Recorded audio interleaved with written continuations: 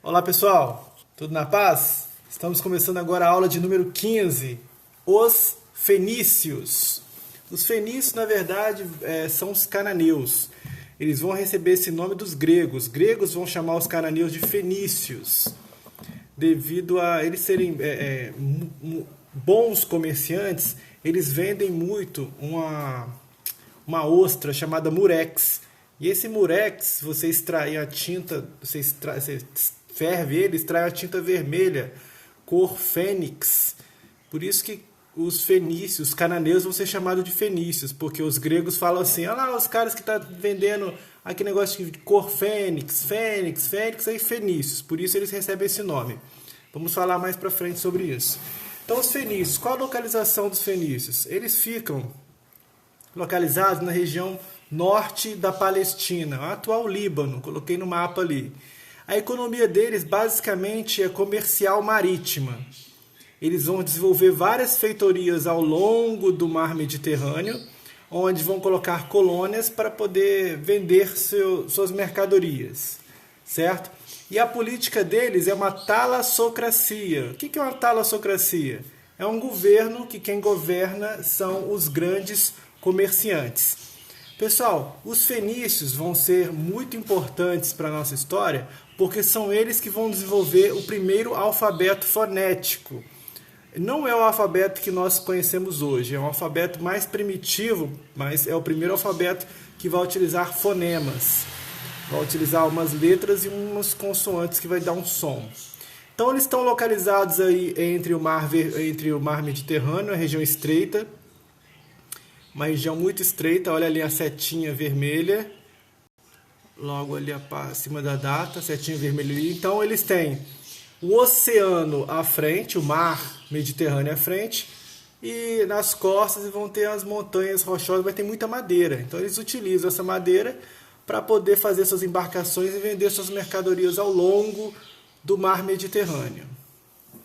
Dentre as suas principais cidades que eles vão formar, podemos destacar Ibiza e Cartago, que até hoje existem. Todas são cidades-estado, cidades independentes entre si. E por isso ela tem umas políticas descentralizadas. A economia deles, pessoal, vai ser baseada no que eu falei, no artesanato, no vidro, nas conchas. Essa concha que eu falei, ela se chama murex. Ao você abrir, sai uma tinta vermelha de dentro dela. Por isso que os gregos vão chamar os comerciantes de murex, que são os cananeus, de fenícios, que é essa tinta vermelha igual fênix, certo? Aí fala assim, tá vendo o pessoal da cor fênix, estão vindo fênix, daí pega o nome de fenícios. E com isso os fenícios conseguem muito dinheiro, porque eles tornam-se grandes comerciantes, vendem bastante pelo mar Vermelho, pelo mar Mediterrâneo, e a partir daí tornam-se comerciantes muito respeitados, muito respeitados, certo? É uma sociedade que você poderia ficar rico, então não era estagnada. Você poderia nascer pobre através do comércio e tornar-se rico.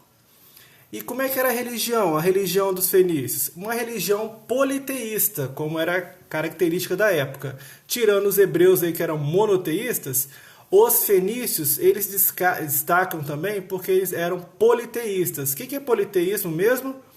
Politeísmo é aqueles que acreditam em vários deuses. Vários e vários deuses. O principal deus dos fenícios é Baal.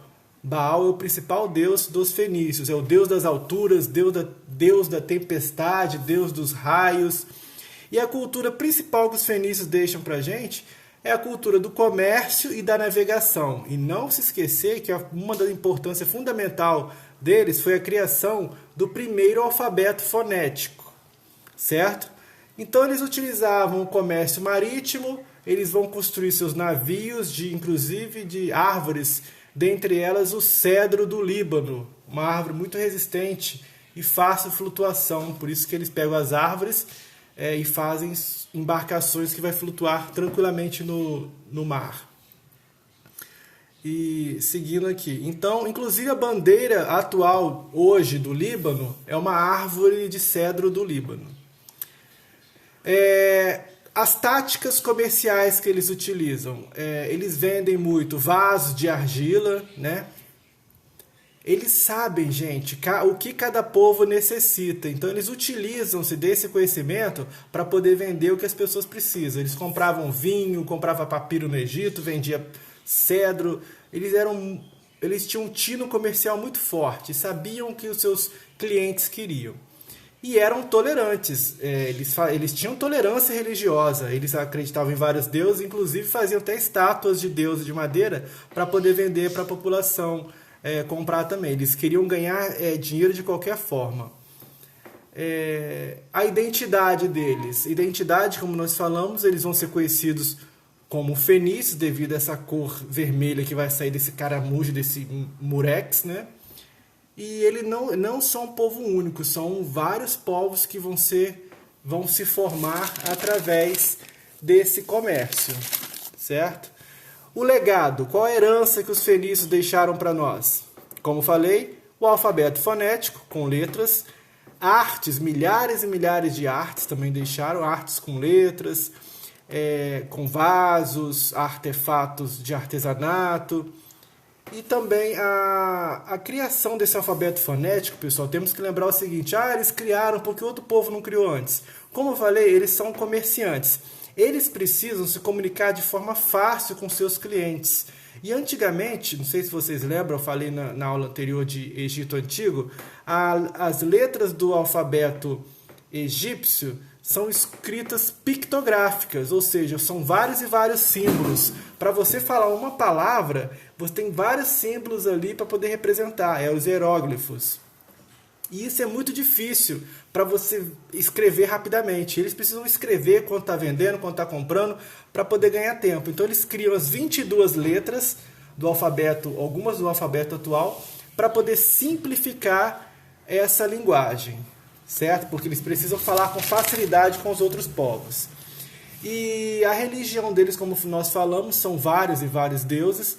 Dentre eles, o principal é o Baal, tem a Astarte, tem o filho de Dagon, que é filho de Baal, tem Asherats, que é a mãe dos deuses, temos Astarte, que é a rainha dos céus e da natureza, temos Anat, também outra deusa famosa, que é a deusa virgem da guerra, irmã de Baal. Temos Sepash, que é a deusa do sol e justiceira. Temos Cotar, o Acassis, que é o deus artesão, sábio e vidente. Temos Yuarik, que é o deus da lua. Temos Resfet, que é o senhor da praga e da cura, invocado sempre quando em momento de crise. Por exemplo, nós estamos vivendo a pandemia.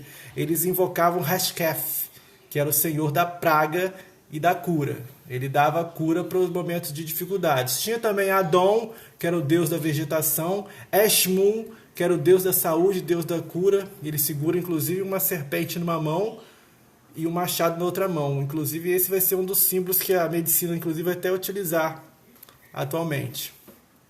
Tinha Melkard, o rei da cidade, Tanish, a deusa da cidade de Cartago, Arteganes, que é deus da Síria, enfim, são milhares e milhares de deuses dessa civilização. As questões mais importantes que não devemos esquecer são o seu legado e as suas principais características. Então, ficamos mais ou menos nesse sistema aí. Um abraço, até mais.